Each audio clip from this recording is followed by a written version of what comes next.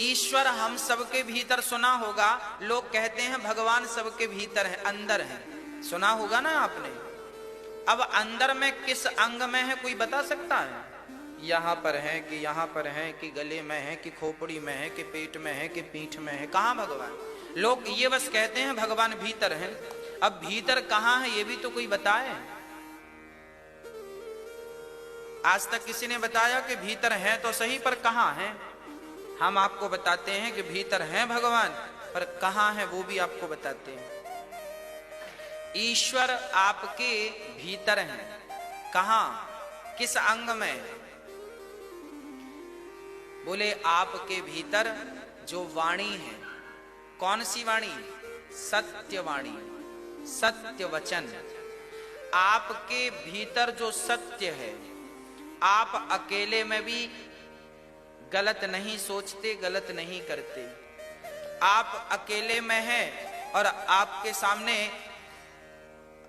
किसी के 10 लाख रुपए रखे हैं और आप ही अकेले हैं, आप चाहें तो उन्हें लेकर भाग सकते हैं, कोई बोलने वाला नहीं है, पर आप अकेले हैं। आपने सोचा कि 10 लाख रुपए मेरे तो नहीं हैं, किसके हैं? बोले जिसके होंगे ये उसी के हैं, उसके गुम गए होंगे, बेचारा कितना दुखी, हम क्यों उठाएं?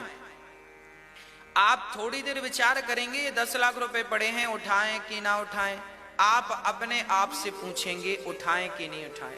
फिर आप एक निर्णय लेंगे कि उठा लें या ना उठा लें। ये निर्णय कौन देगा आपको? आपके भीतर की आत्मा, आपके भीतर का सत्य, आपके भीतर के संस्कार आपको आज्ञा देंगे कि तुम संस्कारवान व्यक्ति हो, अच्छे व्यक्ति हो, गलत काम नहीं करना। आप नहीं उठाएंगे तो आपको ना उठाने का जो डिसीजन देने वाला था वही परमात्मा था, है ना? भगवान कहाँ है?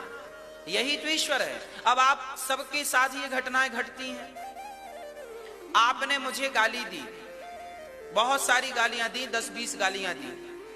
आपने मुझे गाली दी और आप मेरे सामने खड़े हैं। अब मैं विचार कर रहा हूं कि मैं आपको इस गाली के बदले क्या दूं। यदि मैंने भी आपको गाली दे दी तो आप और मुझ में फिर अंतर कुछ नहीं रहा। फिर मैं विचार करूंगा कि गाली आपने दी है तो मैं क्या करूं। फिर मैं निर्णय लूंगा कि चुप रहना ही ठीक है। तो आपके भीतर से जो आपकी आवाज आई कि चुप रहो, वो आवाज एक्चुअली ईश्वर की ही थी। आप अकेले में जब होते हैं ना तो कई बार आप सोचते हैं करूं कि ना करूं, करूं कि ना करूं, जाऊं कि ना जाऊं, खाऊं कि ना खाऊं, उठाऊं कि ना उठाऊं। जब आप एक डिसीजन पर पहुंचते हैं, खा लूं, वो आवाज किसकी है?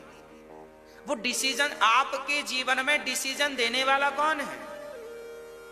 आप जीवन में जब कई बार, आपको एक फॉर एग्जाम्पल देता हूं, जब आप कई बार कोई गलत काम करते हैं तो आपके भीतर से एक आवाज आती है ये गलत है मत करो, आवाज आती है गलत है मत। ये सबके भीतर होता है, ये मेरे अंदर भी है, आपके अंदर भी है। आप कोई भी गलत काम करो, यहाँ 100 का नोट पड़ा है, अरे भाई चोर भी जब चोरी करता है ना, कई बार कथा सुनती सुनती माताओं की चैन निकल जाती है गले की।